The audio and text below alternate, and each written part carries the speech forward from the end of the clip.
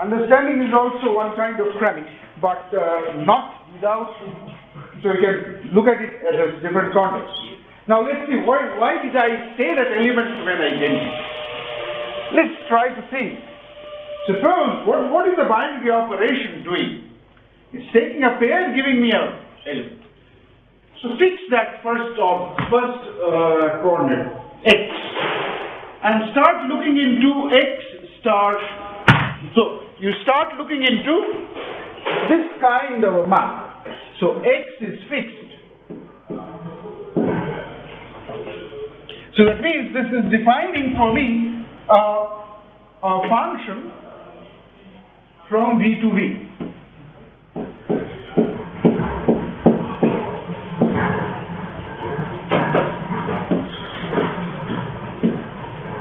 Right? Similarly, I have another function. If I fix since x is fixed,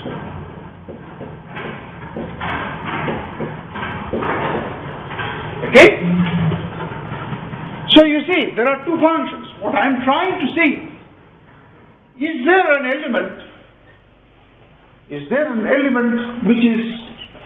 which gives me back, which doesn't change. So y is changed to x operated by y on the first one, and the second one y operated by x, from front or behind, right? From two sides.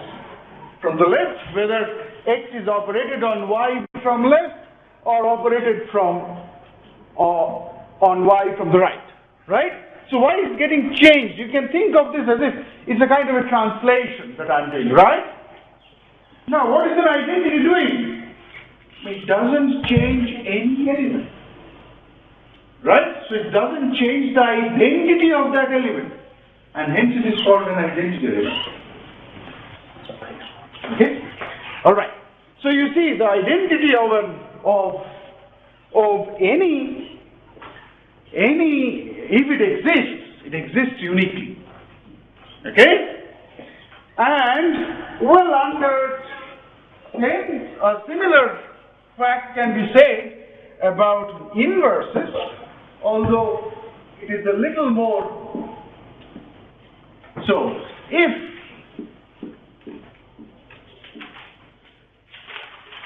a binary operator, if an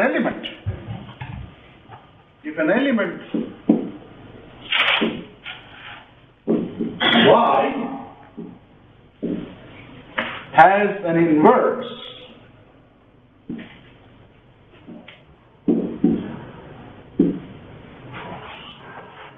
z with respect to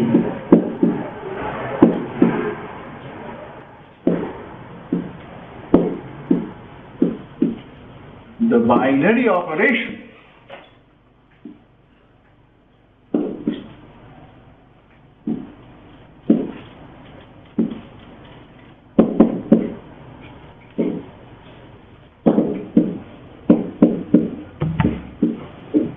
having an identity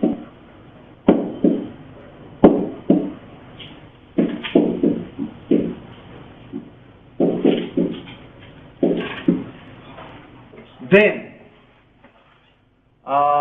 with respect to 1 minute.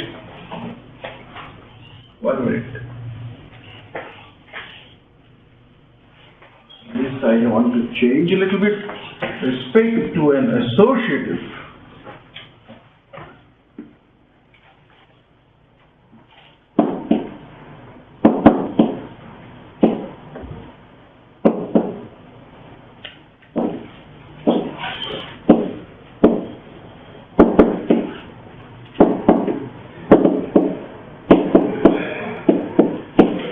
having an identity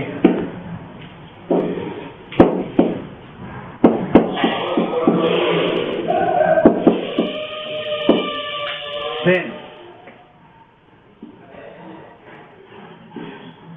it is unique.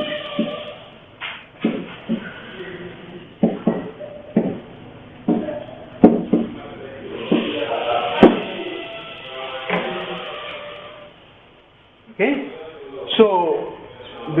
extra condition comes in. Remember, when we were speaking about an inverse, we need an identity. So here an extra condition comes in, and this extra condition is associativity. And let's see how we can prove this. What will be the proof?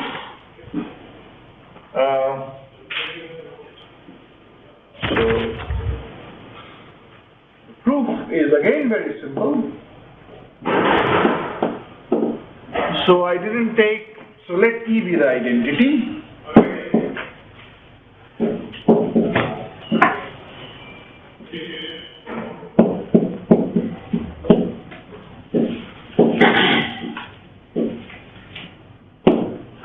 If Z prime be also an inverse,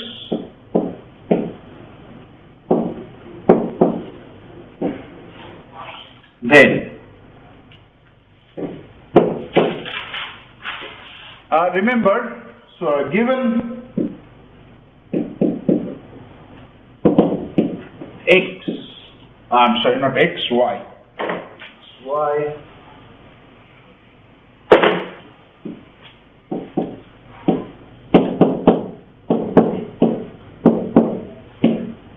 okay. So if Z prime is also an identity, let's see. I can write Z prime as this. Yeah? But this is same as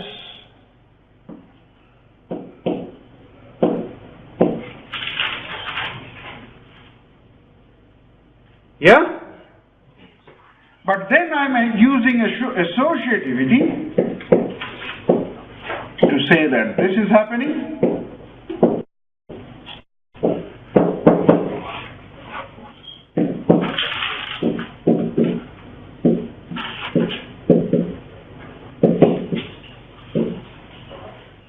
But then Z prime is also an identity, is also an inverse. So Z prime on Y is E.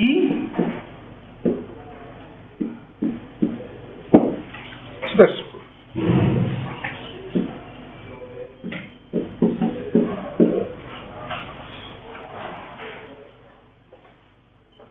okay.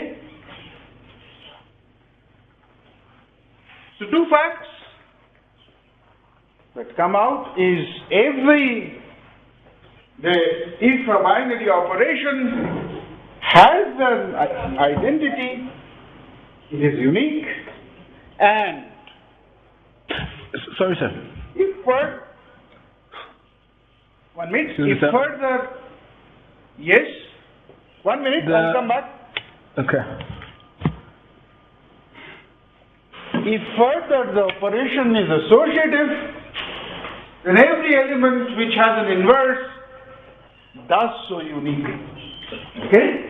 So we will often speak about the identity of a binary operation, if it exists, okay? And the inverse of an element, if it exists. Okay? The as opposed to A or and. Okay? Yes, please say. Come in. PTA. No, that's fine. That's fine. I think I got it because I was asking about y. So I see you've already we were given that y is a. So there on top we're given that y is a. It's basically a. Anyway, I get it because. Sorry. Okay. Okay. It has Z as an inverse. Okay. Yeah. Okay. All right. So now let's come back. So we have seen, we started off with this place that we needed to take a pair of vectors and assign a sum. Okay? So that's where, so V is a set. Let's vanish. So V is a set.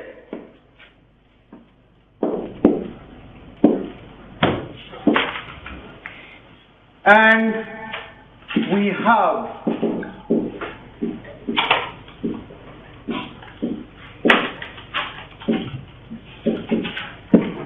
a binary operation which we call addition. Remember from the first example, our addition is obviously not what we mean by addition of numbers. Okay? We call this addition. Okay? Alright? And let's write down the equations that we want.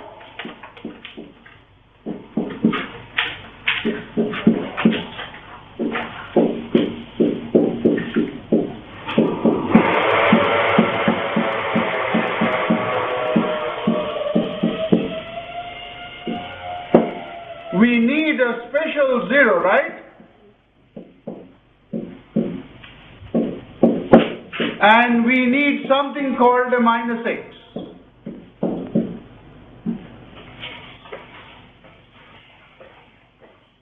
So, what do we need?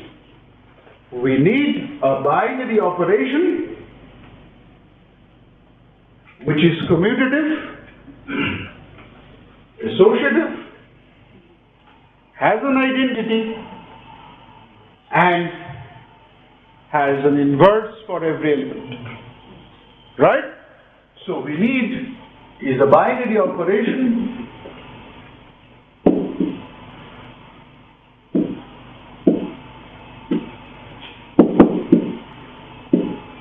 which is commutative,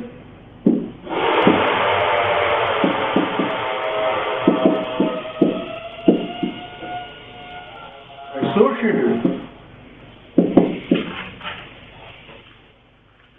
has an identity,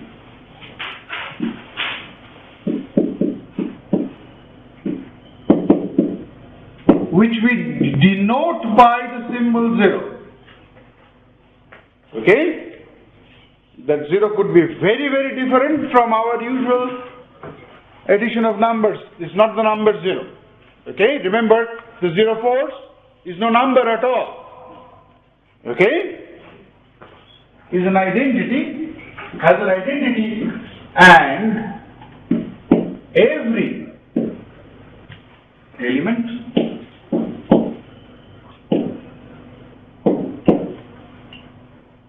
has an inverse.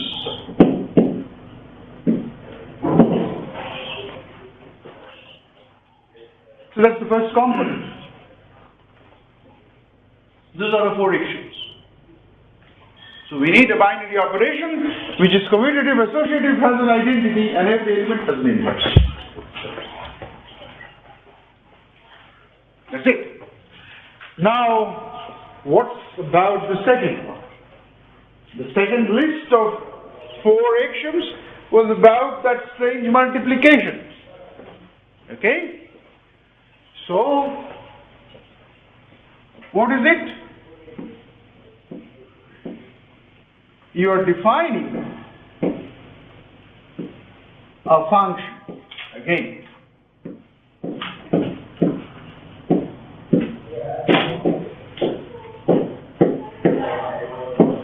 Which we will write as lambda times. Okay? So, we can immediately erase these 4 conditions by this very nice little thing. Right? Okay? And we have another function which has the following properties.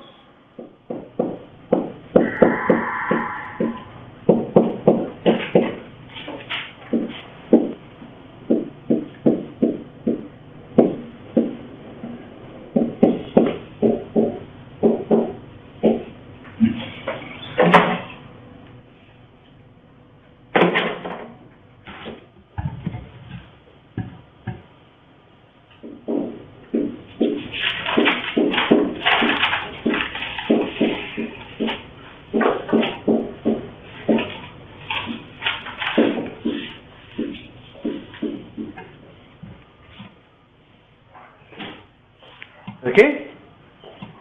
Alright. Now for names, we call the elements of that vector V, elements of that set V to be vectors. It's a name. Okay?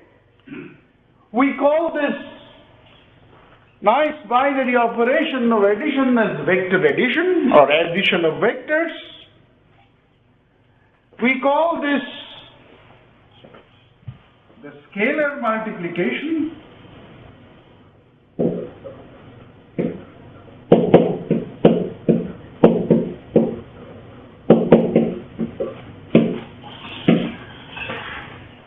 And we demand that the scalar multiplication and the vector addition satisfies those laws, distributive laws. Why it is distributive laws? This kind of says that the scalar multiplication distributes over vector addition, right?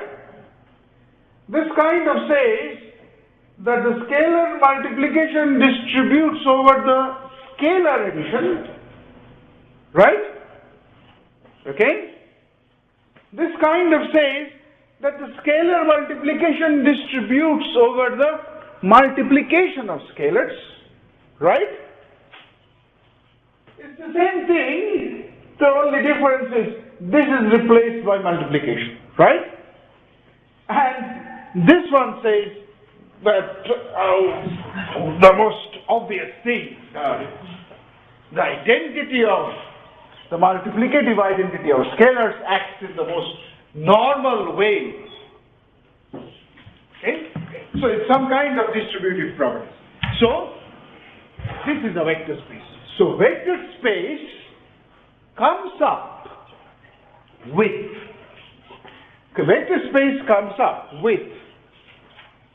three things. One is this V, vector addition.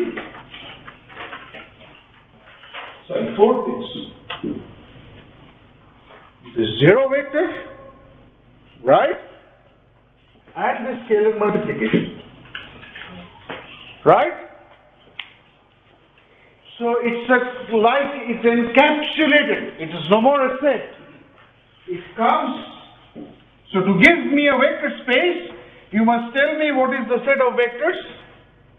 You must tell me the addition of vectors. This addition must have an identity, which is the zero vector, and the scalar multiplication. Now, how do I write it? So let me write it like this.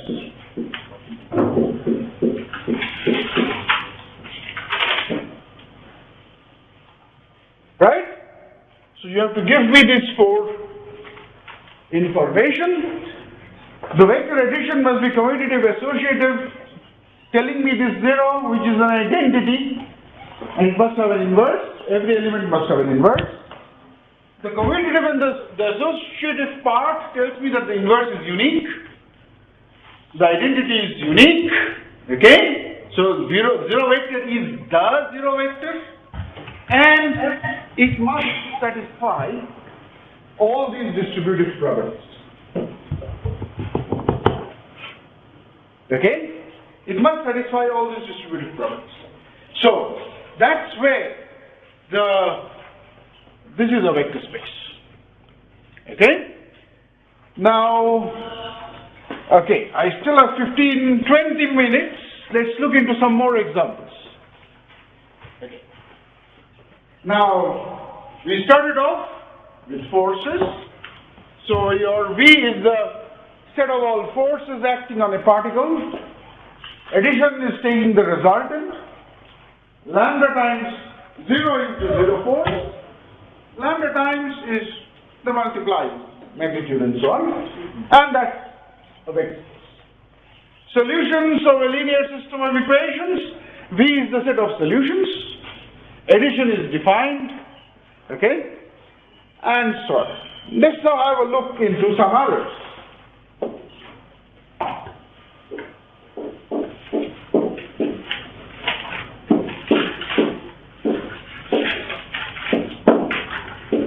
the vector space.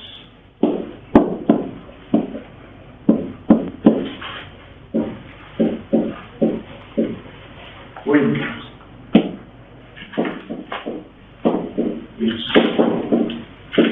addition as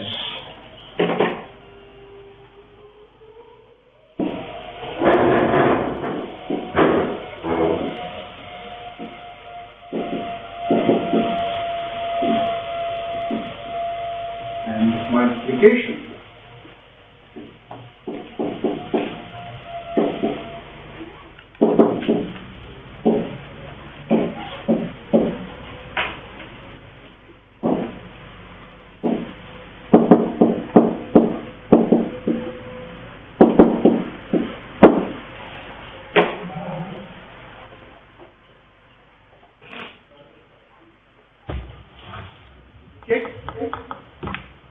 zero vector is the usual zero, and the distributive properties of that scalar multiplication is nothing else but the usual laws of multiplication. Okay? Sorry. Okay? So now, if V and W are vector spaces,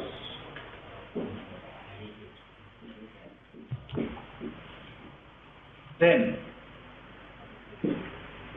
source is V cross W, where, remember I have to tell you, so V cross W is now that Cartesian product, okay? I have to tell you what is my vector addition.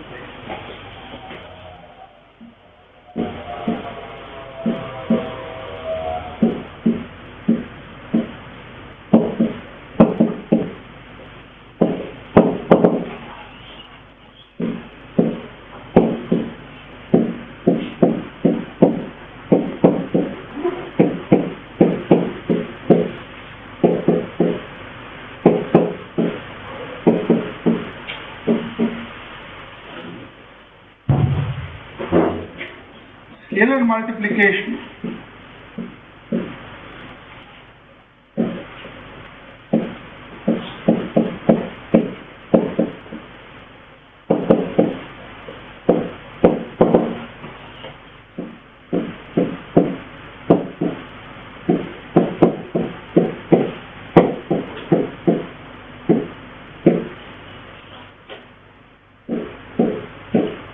and the zero vector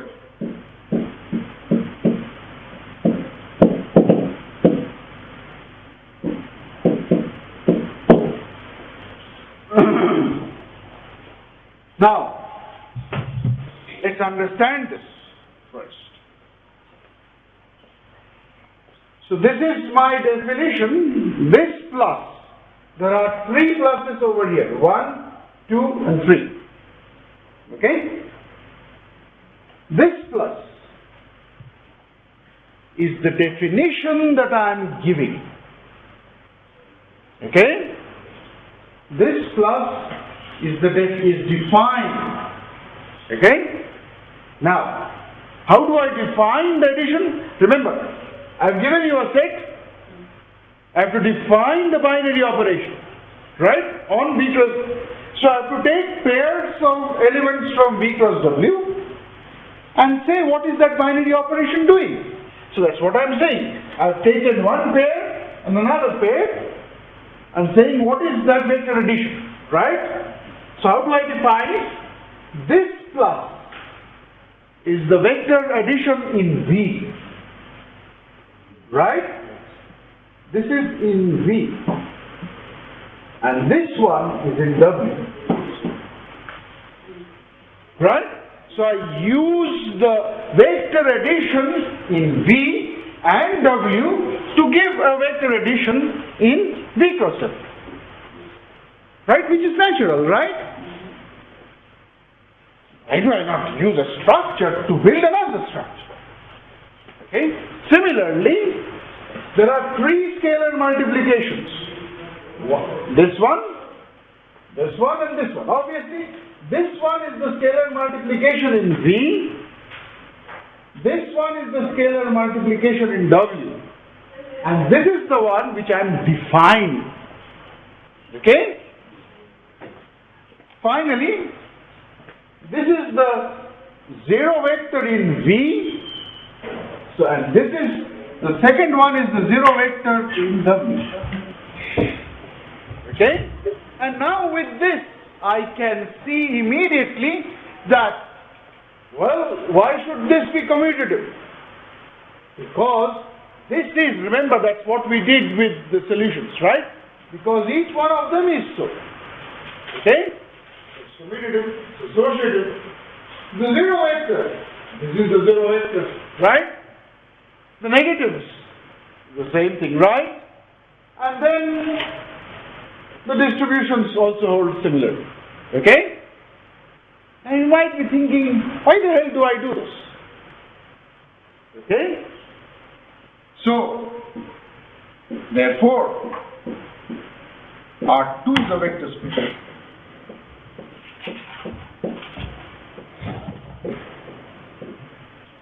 Because R is a vector space we have done in 1, R2 is R cross R, and I know how to define my pairs and add them now, do component wise. Yes? If R2 is, then R2 times R is, so R3 is a vector space. And so on, each Rn is a vector space. With operations done component wise. So you see, theorems are not bad once you keep an eye on what you have to prove. Okay? The flight of an eagle is good. It becomes a speck, a little point in the sky. Right? But it doesn't lose its eye on the prey and the ground. You can swoop down at any point, pick it up, and then go up. Okay? So, this, you might think this is abstract. Abstraction is good. It relieves us of all the necessary shackles that we have. Okay? Keeping an eye on the structure. So you see how this statement immediately tells us why R2, R3, Rn are all vectors. Okay? Now let's have another example.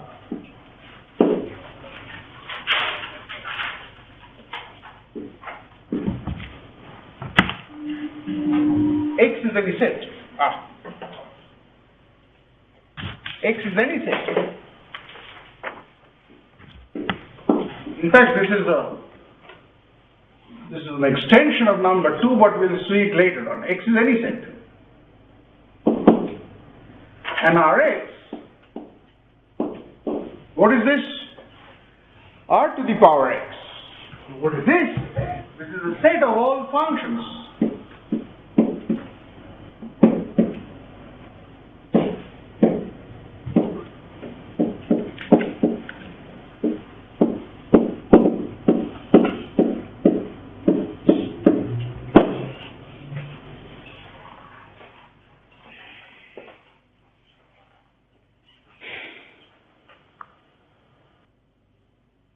So all functions that can be, whose domain is x, and codomain is R.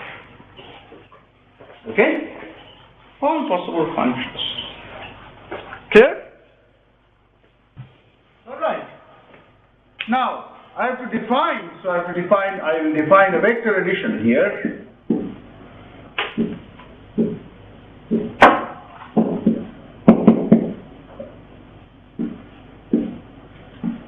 I'll define a scalar multiplication here.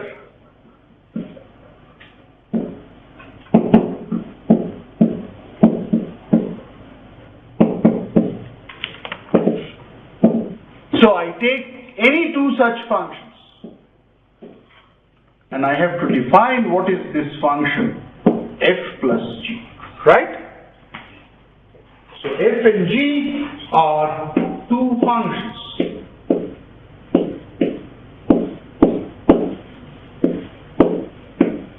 Whose domain is x and the codomain is r. Okay? I have to define a third function whose domain is x and codomain is r. As I said, there is one and only one principle in mathematics. Do the simplest. So, can you tell me, where should I take this x? Remember, f takes an x, gives me fx, which is a real number. G takes the same x, gives me another real number called gx. So if I have to define f plus g, where should that x go?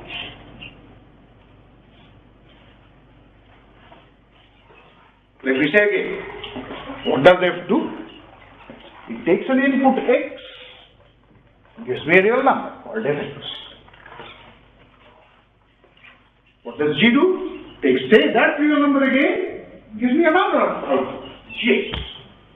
Now I want to define f plus g. Okay? What do I do? If I give f plus g that input x, where should it go? Good. That's the most natural thing to think.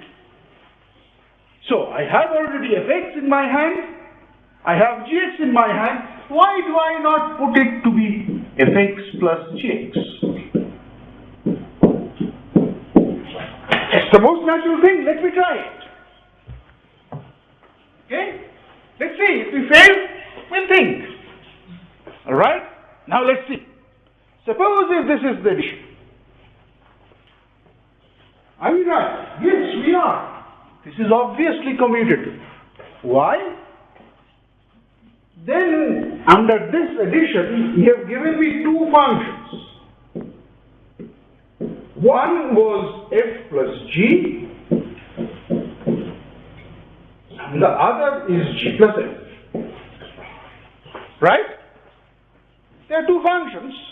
They have the same domain x, they have the same codomain r, and when can two functions be equal? If their domains agree, codomains agree, and their rules agree. So, already two things are done. Domain and codomain agree, so I have to look at what the rules say. So, what is the rule? Let me look into f plus g of x. Well, that's by my definition, fx plus gx. And these are real numbers, so they commute. So this is equal to gx plus fx. But hang on, this is actually the definition of g plus f at x. So the rules agree. So the two functions have the same domain, have the same codomain, and their rules agree. So f plus g must be equal to g plus f. So this addition that I am defining is commutative. By the same token, it is associative. Okay? See now let's see. What will be the zero function? What will be the zero vector? That is, what will be the zero in respect to this? So every x taken to 0. Okay? So this is immediately commutative.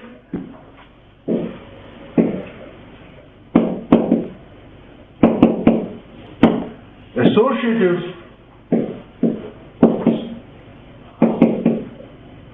And the zero function is this old zero, which is this function.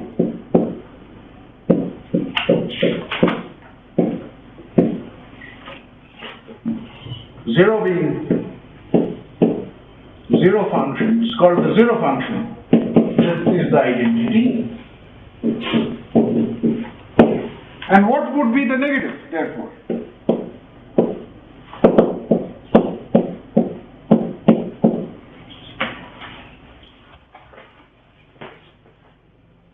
Where will x go to?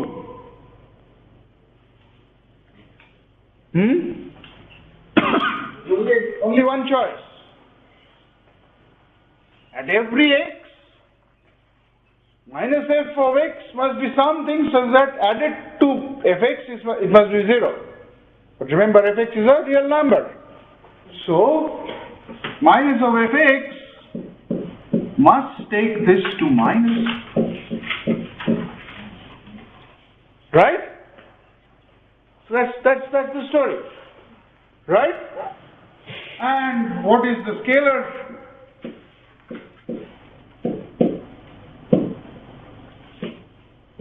Multiplication.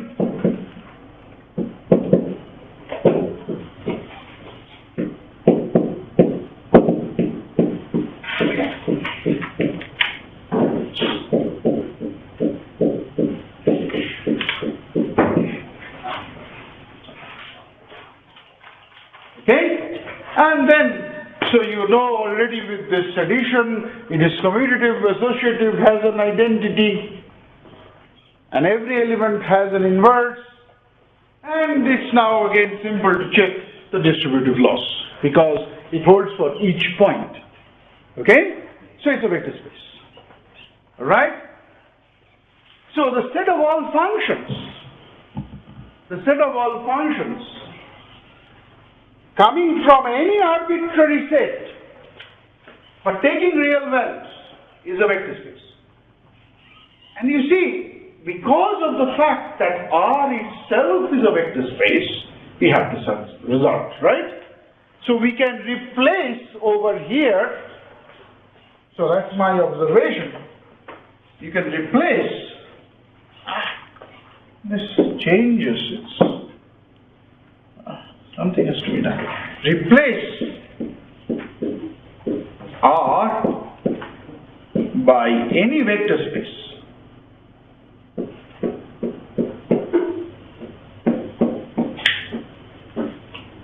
That means, if I take v to the power x to be the set of all functions from x to v and define the addition and scalar multiplication in a similar way, we should be able to show that v to the power x is again a vector space. Okay? Alright, let's have our two more examples and then we'll stop for a 10-minute break. Yeah? Okay, so should I say this? Okay, let's take. These are my favorite ones. So this is the set of all continuous maps.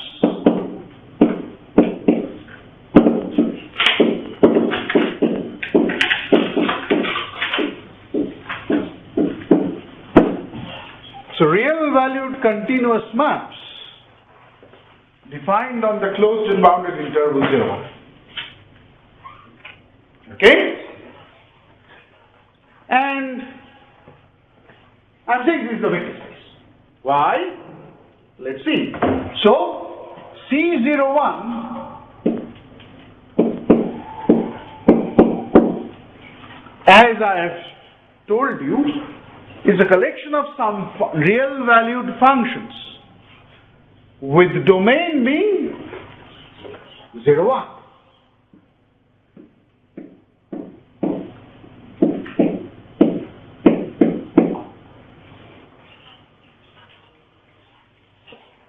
Right? And I know with addition of functions as we have defined, we actually define addition of continuous functions actually in that way, right? F plus G is pointwise, right? So with that definition, that is actually the definition of addition that I have defined here. Okay? And So this is the first fact. Sum and product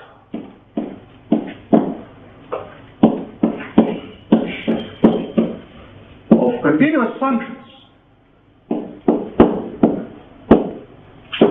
is continuous. Well, this is one of the first things that we do in calculus, right? If f is continuous, g is continuous, f plus g is continuous, lambda times f is continuous, right?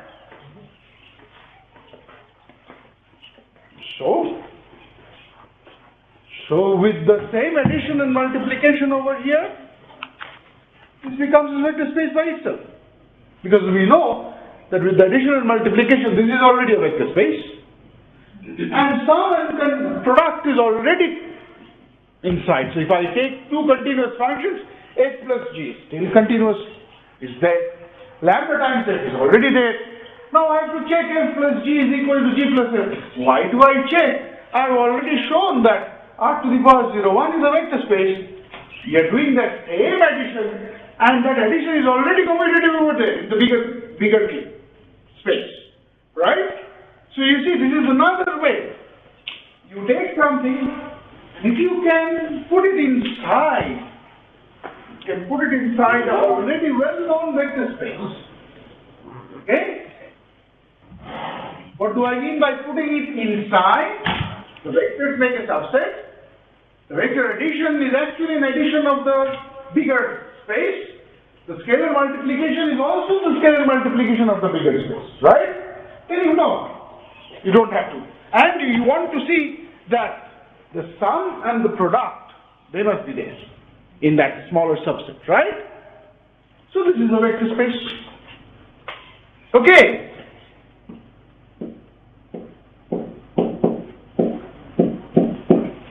What is this? This is a set of all differentiable functions.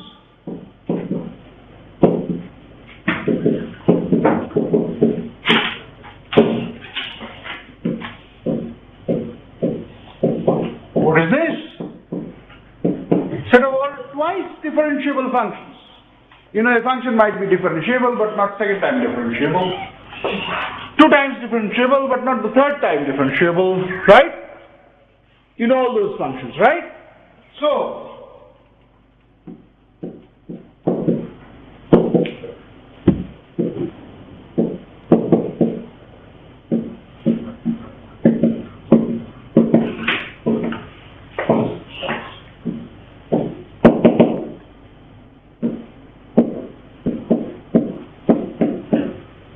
you know now what I mean by this? Exactly n times differentiable.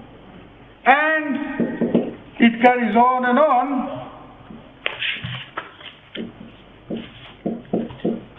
This means functions which are always differentiable. All its derivatives, we say it's continuously differentiable function. All its derivatives are differentiable, right? See, it's such a big, so many vector spaces embedded inside. Okay? What is this? Well, this is the set of all polynomial functions. So polynomial functions, they are very special ones. They look like this.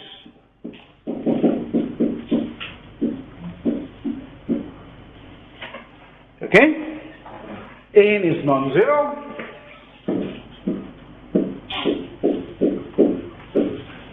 This n is said to be the degree of the polynomial. A0, A1, they are coefficients and so on. Obviously, this is a differentiable function. Right? Okay? Then,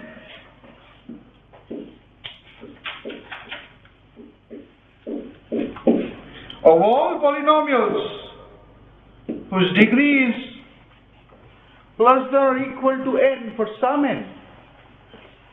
Yeah? So you see, there are so many very familiar. So this is polynomials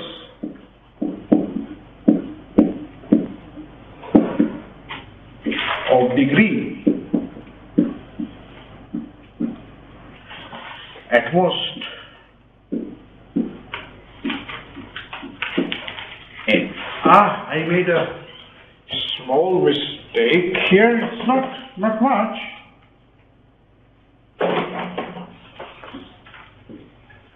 Not much. You can have, but this one I meant a little more. This all of this chain goes up to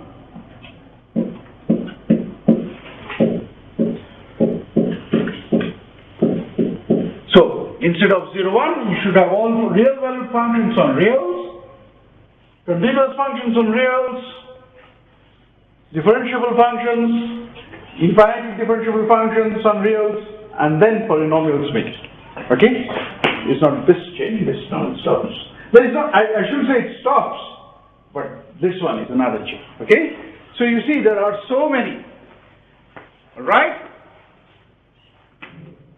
Carrying on from this, so the idea, what is the basic idea of this? You're trying to show that this set is a vector space. What do? Well, you take a bigger set.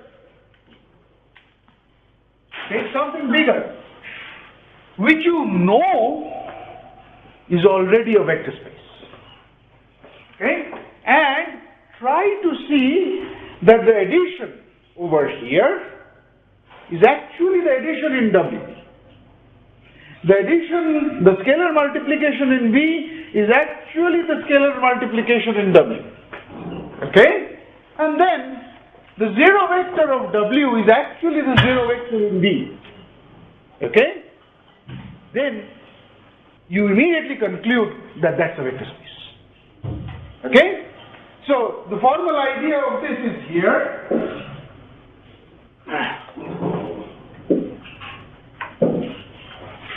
So the formal idea is this: if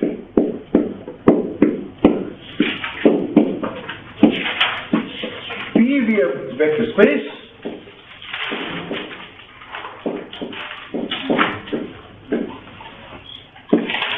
zero belongs to P. This is the zero of V, right? And for